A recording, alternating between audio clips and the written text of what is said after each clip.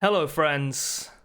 We've just had our first look at Darkest Dungeon 2 in an exclusive interview released in PC Gamer magazine, which I do not have, but I do have screenshots of it. And I've not read this, but let's have a look through it together and let's see what we can expect from Darkest Dungeon 2. I was expecting like a one-page ad being like, Early Access, Connor 2, 2027. But no, it's actually like a full interview with Chris Barassa, who I absolutely love. Fantastic lad. You know what? Let's have some ambient music. I'm not monetized. Let's have some ambient music. What's the? Oh no, that's too much. That's too much. How's that? How is that? This is the playlist I use for D&D. It's very calming. Anyway, let's have a quick look at Darkest Dungeon 2. Right away, I'm seeing this. Please ignore all the assorted mess of browser tabs, by the way. You get a little glimpse into my private life, I guess. Right away, I'm seeing this. Darkest Dungeon 2 wants you to care more about your flawed heroes. Already mixed feelings, because those of you who've been following the channel for a while will know that the fact that you are not supposed to care about your heroes is one of the things I absolutely loved about Darkest Dungeon 1. But at the same time, they've already done that. So let's look at the context for this. The world is dying. Tendrils of darkness crawl across the land, swallowing up everything but the battered road ahead and your flickering torch, the world's last hope for salvation. The apocalypse has arrived, but if that sounds bleak, you've probably never played Darkest Dungeon. The first Darkest Dungeon, the further you go down, the worse and worse and worse it gets, says Red Hook co-founder and creative director Chris Barassa. Sorry, we have a Chris Barassa voice, which is somewhat disrespectful to the man himself, who I think is Canadian. Chris is about to convince me that this game about the end of the world, full of lost souls and horrifying monsters, is actually about hope. Well, that's quite normal in like post-apocalyptic fiction. Most of them have a running theme of hope. Darkest Dungeon 2 is a road trip, a roguelike mashup of Darkest Dungeon and the Oregon Trail. Oh, like a literal road trip? About clawing your way out of the darkness rather than descending ever deeper into it. Last wagon out of hell. The more you learn about the ancestor, the worse of a guy he is. Barassa says, looking back on the story he and co-founder Tyler Sigmund created in 2014. Yeah, that's spoilers. This guy was the worst piece of shit in history. You get to the end of the game, you're like, not only is he the worst, but the whole world is the worst. Everything's the worst. I feel like 6 years into Obama, American maybe, we were all ready to have some fun with nihilism, but it just didn't feel like we could go any further down. We went to the heart of the actual planet, revealed it's a monster, and then nothing matters. Yeah, I mean, where do you go from there? That's a great point. Yeah, that's the problem that a lot of people have with fiction writing, I think, is that they just go absolutely balls out, and the stakes are infinite right from chapter 1, and then they have nowhere to go. And with a video game, I can absolutely understand that, because Darkest Dungeon was like their first real shot at selling something they knew had legs. And obviously it paid off. In Red Hook's first game, surviving a 40-plus hour campaign, 40, Jesus, must be a speed run, meant putting dozens of heroes through the grinder and watching them go insane, then replacing them with fresh meat. Yeah? Darkest Dungeon 2 wants you to care more about your flawed heroes. It's keeping the idea of quirks and stress, creating unexpected, sometimes maddening surprises. Good. Would be worried if they'd backed off their core conceit. It's happened before in other games. But this time you'll be managing a party of only 4 heroes. Okay. On a roguelike run to an ominous mountain, a brisk 5 hours if you survive the journey. I assume that's not 5 hours in real time. That's a really awkward time frame, because obviously it's way too short to be a full campaign, but it's way too long to be a roguelike dungeon. Shorter runs will hopefully be more inviting for players intimidated by the first game's enormous campaign. No man, give me more of that.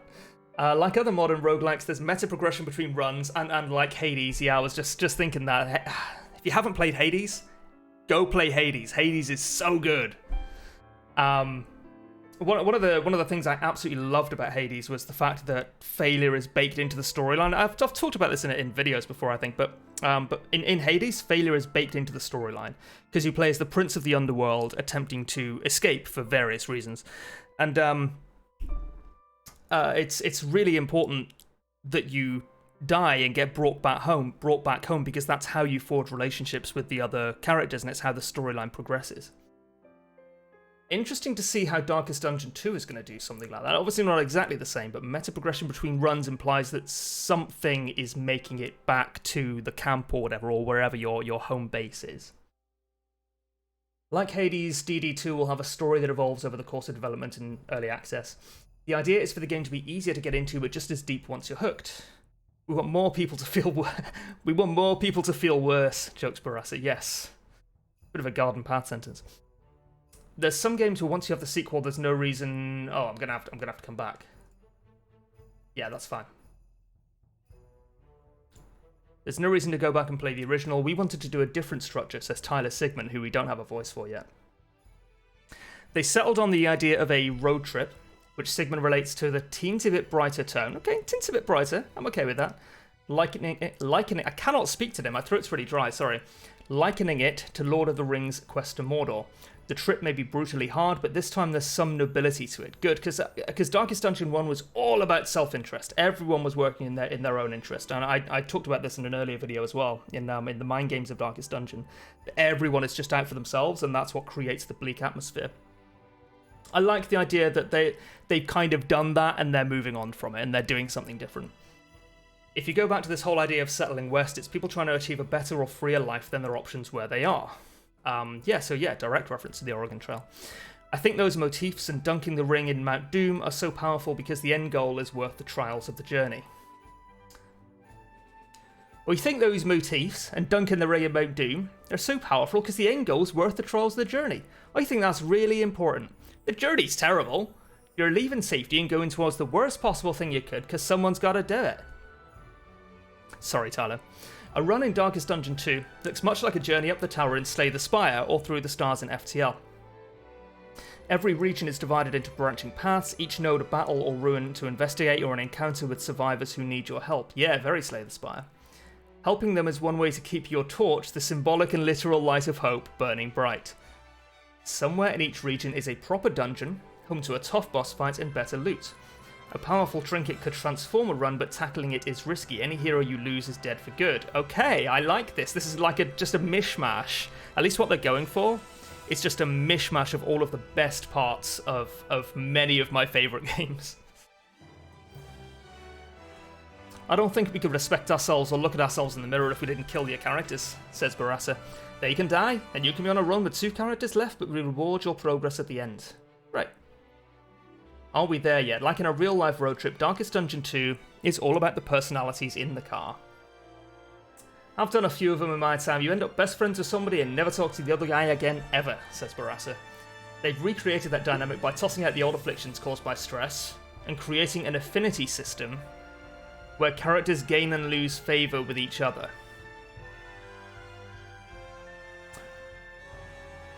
I'm going to give it the benefit of the doubt. And I have every faith in Barassa, Sigmund, and the rest of the team to make it work. But this is the first thing that I'm having actual doubts about. But we'll give them the benefit of the doubt for now. I might go into that a little bit more later on. I'm not convinced on that yet. Relationships have tendrils into every corner of the game. When you come to a crossroads, all 4 will have an opinion about which way to go. When you encounter strangers, your highwayman might want to rob them, while your man-at-arms wants to give them food. Whichever option you pick, somebody's likely going to end up angry and stressed. In combat, if your grave robber is near death and you have your plague doctor toss a healing potion to your highwayman instead, how do you think the grave robber's going to react? I love the idea. I think that in practice situations and systems like this, let me get my ducks in a row here. I think situations like systems like this often sound great in practice, do not work in theory. In other way around, you know what I'm saying. They sound great in theory, they don't necessarily work in practice because it ends up just being a purely mechanical decision. You're not really putting yourself in the head of your man-at-arms being like, this person's sick and needs help, we should help them. You're not looking at it like that, and the fact that there is a system designed to try to force you to do that actually kind of ends up pushing you the other way because you end up just looking at things in terms of their mechanical benefits. I've been playing a lot of Grim Dawn recently, You might be able to tell I've got a little guide open here. I've been playing a lot of Grim Dawn lately, and Grim Dawn is one of those games that really tries to force you into moral positions and then beats you over the head with your lack of morality if you choose a bad option. Like very early in Grim Dawn, you come upon a merchant who's been taken prisoner by a range of snake lads called the Slith, and you have the absolute power to free them because you've already just come in and just destroyed the entire camp, and you can teleport them back with your ethereal powers, but you have the option to extort them for money first. And the game wants you to be like, well, this person needs help, I should just help them because I have the power to do it, it's no skin off my nose, but I could get a little bit of money out of it, essentially ruin them, and they'll have to start from zero, but they'll be alive. And it wants you to make that kind of moral choice. But it ends up just being a mechanical choice between, do I want the extra money from extorting them, or do I want the reputation with a particular faction for not extorting them and just sending them home for free? So it's not really a moral issue, it's a mechanical one that the game then tries to punish you for by making you feel bad about choosing an option that's good for you. I'm generally not a fan of affinity systems in games. But if anyone can do it, I have faith in Red Hook, and I respect them. I respect them enough to say that they're likely to do it better than most. Rack up enough positive or negative reactions and characters will form relationships. Good ones will pay dividends. Friendly heroes might pull a Kevin Costner bodyguard or double up Capcom style on the enemy. I'm sorry, Chris Barassa, I love you, I have no idea what any of that means. So yeah, they might like when one of them attacks, the other one might jump in and get like an opportunity attack as well, I guess. But this being Darkest Dungeon, there are a few million ways for relationships to go terribly, terribly wrong. We like that each run can have a story. I don't know who this is, I'm going to assume it's Barassa. We like that every run can have a story. You can have a griever where we get hit with too much stress early on, then it just gets real crummy. How many pages are there? 10? That doesn't seem right. Gets real crummy to everybody. Hateful with the man-at-arms, jealous of the highwayman, just a toxic person, but she's probably better off alive than dead for the health of your run.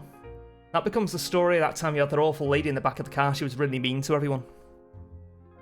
I guess. I think things like that... Sorry, my throat's so dry, I took a really bad day for this. This kind of thing works better in something like Dungeons and Dragons, where every character is being controlled by a particular player, and so those inter-character relationships are being played out in real time by people, and that's like a fun kind of improv, almost bonding experience. When it's just you sitting behind a screen and everyone's an NPC, I don't know. I don't think the connection to like a road trip works here, personally. Because it's not like you're going to reminisce with the other characters about, oh, that plague doctor was a total bitch that one time. The run's going to be over, and it's going to be a cool part of the storyline, but you're going to forget about it. It's not going to define your relationships with other people in real life, which is kind of what he's saying here, I think, unless I've misunderstood him. Character quirks like clumsy or kleptomaniac will affect how members of your party play off each other. And stress piled on by being dragged to the dungeon or watching a friend die in battle can make them spiral out of control. Yeah? Okay. This seems ambitious, but I like it, actually. You're bringing me back here, Chris. You're bringing me back. Unlike in the first game, a full stress meter won't trigger a heart attack, it'll trigger a meltdown, where their health drops to death door and all their relationships are reset. Their ensuing tantrum will stress everyone else out too, of course. So I'm expecting that relationships are going to be mostly positive. Mostly. Because otherwise, if you have like a plague doctor who's pissed everyone off, you can just try and stress them out, and then the relationships will be reset, and you lose a bit of health, but you don't have to worry about the bad relationships that they formed. So I'm assuming that relationships are going to be mostly positive. Their ensuing tantrum will stress everyone else out too, of course. Oh, okay, yeah, he literally says here, there may be runs where you intentionally trigger a meltdown to reset nasty relationships. I don't like that. You can also try to build positive bonds at the inn where your weary bound will rest at the end of every region. It replaces camping from the first Darkest Dungeon. You can have your characters share a game of cards or a bottle of booze and hope they hit it off, but a negative quirk like egomania can make your good intentions backfire. We always want to put you in a place where you're trying to make the most of a suboptimal situation. Yeah, that's good game design. I feel like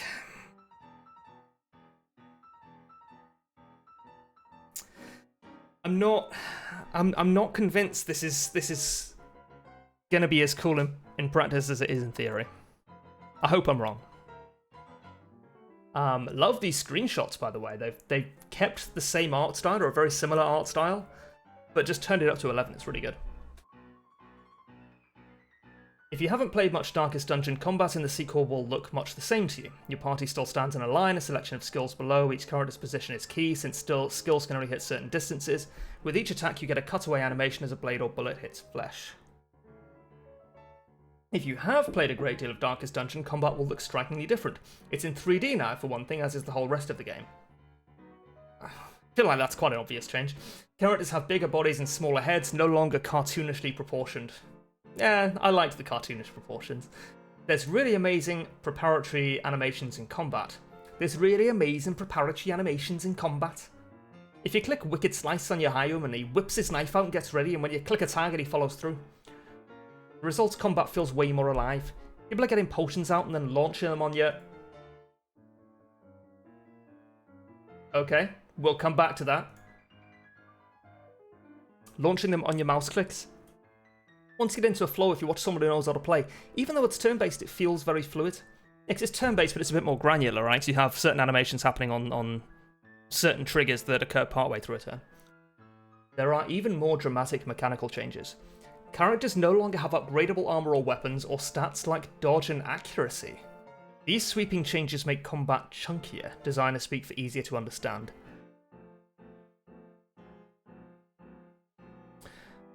And a finger curls on the monkey's paw as I say, I wish tooltips in Darkest Dungeon were easier to understand. Clearer information makes each turn more of a puzzle to solve than a slugfest to endure. They're selling this as clearer information, but what I'm seeing is a lack of granularity in the stats that are available to your characters. Now, to be fair, and I do want to say at this point, you had rather limited ways of upgrading your character stats in Darkest Dungeon 1. You did not have the option of investing a load of stat points into dodge for a particular character and making them just impossible to hit but do no damage. This is not an action RPG. This is more like an old Final Fantasy game where you gain levels and then everything gets a bit better.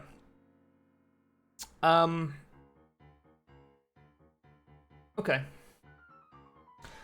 Darkest Dungeon 2's battle makeover started with a radical move, ditching accuracy altogether. We found over time that people just dislike missing so much that we ended up tuning up accuracy quite a lot over the lifetime of the first game. That is true, yeah, the Leper became viable sometime in late 2016. That's a joke, of course, the Leper is not viable. So what if we just got rid of accuracy as a stat? You hit, you know you're going to hit unless the opponent is dodgy, unless they have a block. To convey a dodge or a block, they condense percent chances into tokens that represent concrete effects. If your character or an enemy has a block token, they're guaranteed to absorb 50% of their next hit. We started doing that with all the mechanics, and it was kind of an experiment at first. The concern was, what if you make it too simple, but it ended up working. This is very board gamey. I don't think that's a bad thing at all. That's not a slur. It's very, very board gamey. And I do wonder if they have taken a lot of the mechanics from the Darkest Dungeon board game and maybe said, hey, what if this works for Darkest Dungeon 2? And maybe it did end up working. Sigmund compares the token system to... I should read ahead a sentence or two. Sigmund compares the token system to a card game like Hearthstone, where if an enemy has a creature with Taunt on the board, that's an obstacle to work around. They haven't explained it here, so I'll just clarify. In Hearthstone, you have, and same with many other collectible card games or trading card games, you have your board and the enemy's board, and then you take turns in your enemies attacking their enemies. And normally in Hearthstone, you select your creature and then you can choose an enemy creature to attack. But if there's an enemy with taunt on the board, you have to kill that first. If you're just killing it with normal attacks, so you can't kill anything that's behind something with taunt. Almost all the effects from the first game have been converted to tokens: immobilize, stun, bleed, blind, even team-up combo attacks. God. It gets people It gets people thinking a little bit more. Gets people thinking a little bit more. I found that it rolls the natural inclination we saw in the first game for people to just use damaging attacks all day long. Guilty. And so you now get to see the next few turns in the turn order, letting you plan out multiple moves in advance. Alright. I think that's fine. I remember when Final Fantasy X came out, and at the time I was 12, maybe 11. But I've been playing Final Fantasy for a few years, and a few years is an absolute lifetime when you're that age. And when I first realized in Final Fantasy X, you could see which turn everyone was going to take next. Like you could see, okay, so it's Tidus, then it's Yuna, then it's this enemy, then it's Auron, then it's these next two enemies, then it's back to Tidus, then Yuna. That blew my mind. I was like, how it just makes it impossible to lose. It is very, very good in terms of quality of life, though. Like it's very cozy to be able to see what turns everyone's going to take next. See what order people are going to take their turns in, I should say. But one of my favourite things about Darkest Dungeon, and you'll know this if you see me play it, one of my favourite things about Darkest Dungeon is being like in a tight spot and being like, okay, this attack with the Highwayman has to crit, or we end up getting stressed out and we just lose entirely. And it's a real heart-in-your-mouth situation as you wait for confirmation that that's gonna crit, or it's gonna kill the enemy or do whatever damage it needs to do. And I feel like if you know that your Vestal's gonna go right after the Highwayman, if like your Vestal speed is tied with the enemies, for example, it's like 50-50 who's gonna go next. If you know your Vestal's gonna go next, you're like, well, this could hit. It doesn't really matter because I'm just gonna heal myself or use my Vestal to kill the enemy anyway. But it's a different game. I shouldn't be comparing it so directly to DD1, I suppose. Where were we? Okay, sorry. Trinket for your thoughts. Characters do still have some stats: hit points, speed, and resistances to status elements like blight. Well, that's important. But the simpler pool helps Sigmund go wild designing trinkets, the only gear you'll be equipping. That's also kind of true in the first game. Because once you upgrade a piece of armor, it's just a permanent passive bonus. You don't gain anything by... I mean, you can't swap it out for a different piece of armor. Trinkets were always the only thing you could really equip. Once you found a trinket in the first game, you could keep it forever, so popular strategies revolved around the most powerful ones. That's... I mean, yeah, I guess. 2 seconds. Trinkets usually had a negative stat trade-off, but only a few stats really mattered, so the design options were limited. So they reduced the number of stats to get around the problem that there were too few stats that were important. In Darkest Dungeon 2, you may get lucky and find an awesome trinket in one run, but it'll be gone the next. So basically, we can get crazy, Sigmund says. Okay, Binding of Isaac style, I like it. Doesn't matter that Polyphemus or Brimstone is super powerful because, hey, it's only there for one run. If you get it, good for you. Instead of percentage tweaks to stats, trinkets can now grant effects like starting every round with a pair of block tokens or getting a crit token every time you miss an attack, which could stack well on the Leper who blinds himself after landing big hits. Oh, I love you guys. That's great. That's the fun of a true roguelike. Sometimes you have a run, you get a crazy item, and you're like, I'm unstoppable. Yeah, or in Hades, you get the dash dodge, and or the dodge dash, and just immediately win every run, because once you figure out that boon is incredibly overpowered, you just never lose again. That's a really fun place to be as a player. Trinkets will be divided into some standard loot tiers. Oh, we got our greens, blues, purples, and oranges coming up. Commons, rares, epics. But there will also be trinkets unique to certain bosses and certain factions of enemies. Those will dangle an incentive to chance taking on a dungeon, or fighting a tough battle against cultists to luck into a particular drop. A lot more variety. Because Darkest Dungeon 1 was great, but it did suffer from a lack of variety in each zone. There are a lot of trinket-based interactions and class skill interactions you can try to maximize. There's a lot of ways you can mitigate a class's downsides with trinkets and some help from his friends. That's awesome, but where we're hoping our game really comes into its own is, what if they hate each other? They won't do what you say, so you're sort of stymied, even though you do have the optimal strategy in mind. I think that's quintessentially what we've tried to explore. Barassi, you've brought me back. That is interesting. That is interesting. I like that. If your team is built around a synergy between two people who then grow to hate each other over the course of the run, that's what you should have led with, and maybe you did. You never know. That's cool. Yeah, I do like that. Darkest Dungeon 2 is launching with 9 heroes, 8 familiar haggard faces, and 1 new one still under wraps. Interesting. You gotta assume it's a magic user, right? I don't know. There's always been like this disconnect in Darkest Dungeon between the physical and the divine. Like Vestals can't heal people outside combat for some reason. That's kind of a separate issue, but it really annoys me. So I want to talk about it. But there's always been this idea that these heroes, some of them are kind of quasi-magical, like the Vestal, or the Crusader, who can shopping list enemies into oblivion. There's something certainly magical going on there. But there's never been like a cut and dry, hey, yes, this is a magic user. So maybe they'll do that, maybe they won't. But I think it would be interesting. Each returning class is now significantly expanded from a pool of 7 skills to 11. You unlock more advanced skills by completing special encounters for each hero on multiple runs. Okay, so if you rob 3 graves with the Grave Robber, you unlock Lunge and she becomes viable. Okay. We want you to feel rewarded that you put some time into the game. It directly translates into more... I don't know who's saying this. Directly translates into more flexibility in the run, more team. Yep, love more team. We'll come back and look at some of the pictures later on. Team comps, you can put together team compositions. And a greater chance of success, says Sigmund. It's not that we give you crappy skills to start, but the more skills you have, the more you can adjust to the changing conditions on the road. Yeah?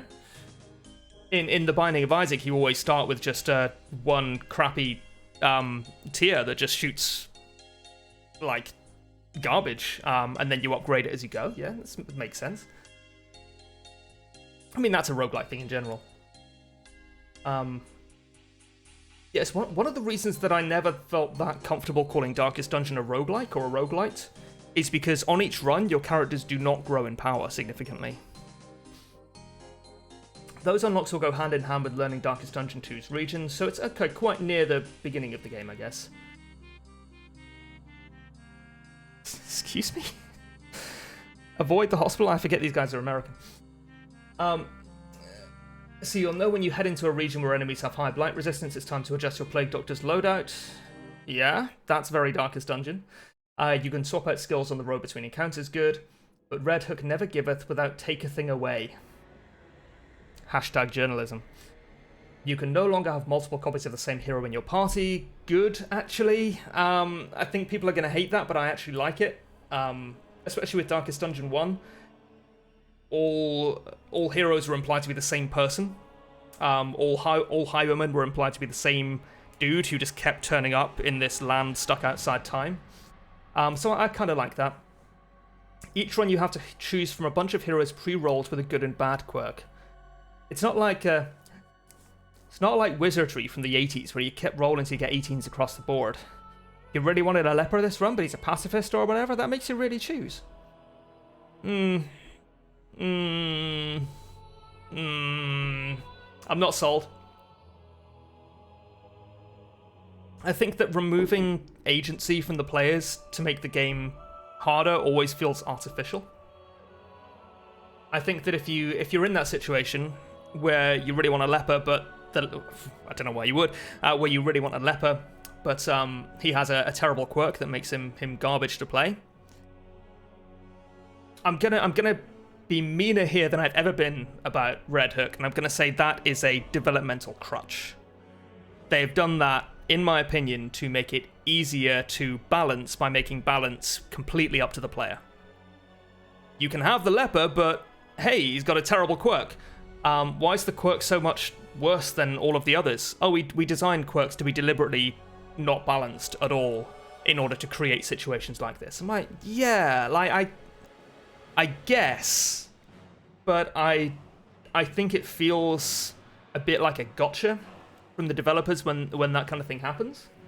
I think it feels a little bit. What am I trying to say? It feels a little bit cheap as a player to be hamstrung by something like that that's completely not your fault. But hey, I play roguelikes, so I mean that's kind of the name of the game. And you know, I just want to be clear, I have not played the game yet. I'm pretty sure no one's played the game yet, and I would not expect with a channel my size to be invited to a beta or anything. But I haven't played it. I'm gonna reserve any further criticism for release. And I do still have a lot of faith in Red Hook to make it work, but I do think that design decision in particular feels a little bit cheap. Restricting you to just a single hero type of party with the game easier to design. Sigma no longer has to think about what a party of 4 lepers plays like. I can tell you what it plays like. But that decision was ultimately more about the characters themselves. It keeps that experience of each hero being super unique and vital as a key part of that SWAT team. Yeah, alright. Alright. Forward unto Dawn.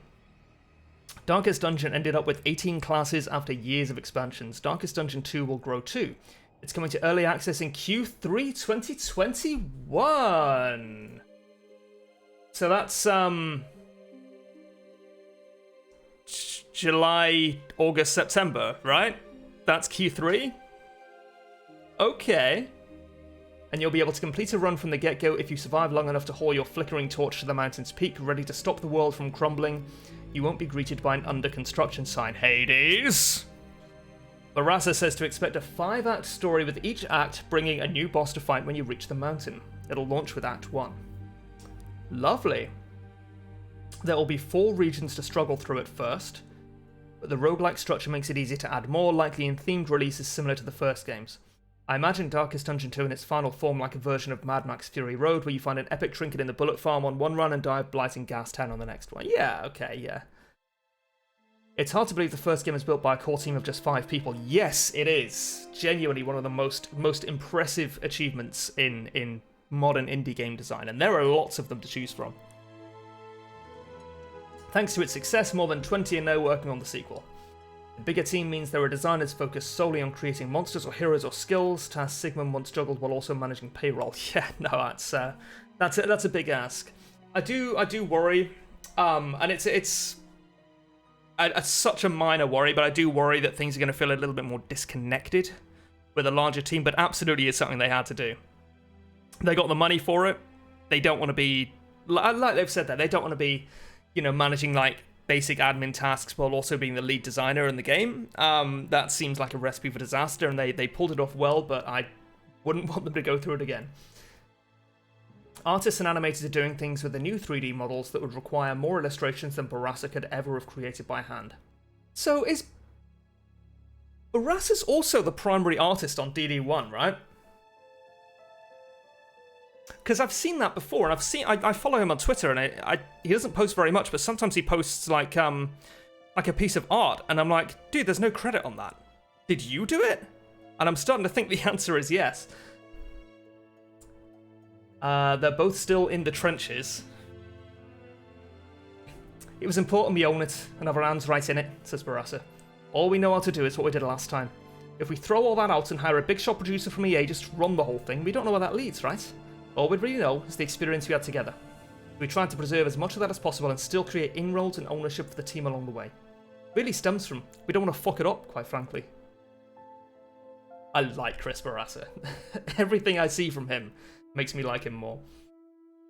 In our hours of talking about Darkest Dungeon 2, neither of them belaboured the connection between its more hopeful metaphor and their own intense creative progress, that they both feel the need to take risks to make a video game that satisfies them.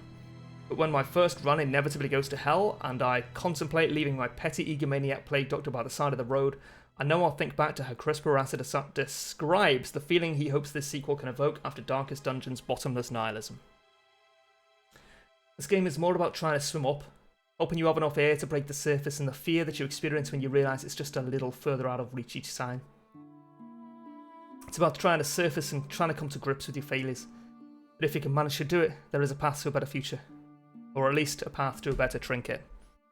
Okay. I am hyped. There's some good, some possibly bad.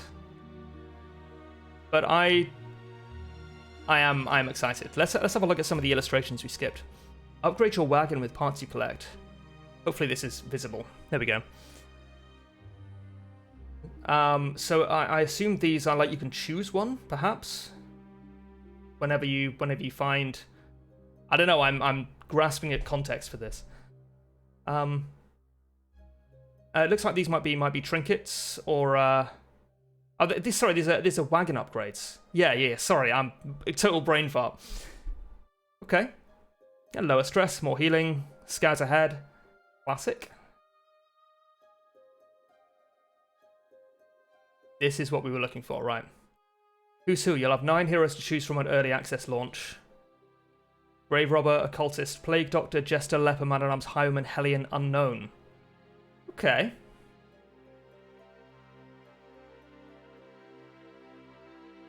So we're missing Crusader and Sequarian. Look, I know all the classes, alright? Don't worry about it, I know all the classes. Never said I didn't. This is the Hoarder. Oh, it's the Highwayman. It's, yeah, I love the new art, yeah. Yeah, really, really cool. Really, really cool. Shieldbreaker, obviously, I knew that.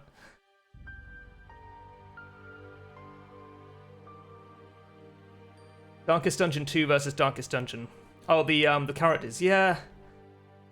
I liked the cartoonish ones, but you know, you always like what you know, don't you? Normal size head, sophisticated skeleton. Alright, no need to brag. Oh look, world's burning, okay. Turn order offers a bit of foresight. Okay, so you can see the next couple of turns, that's fine. Stress and health meters are virtually identical.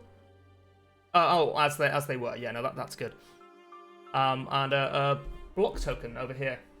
Sure, so it doesn't look that different.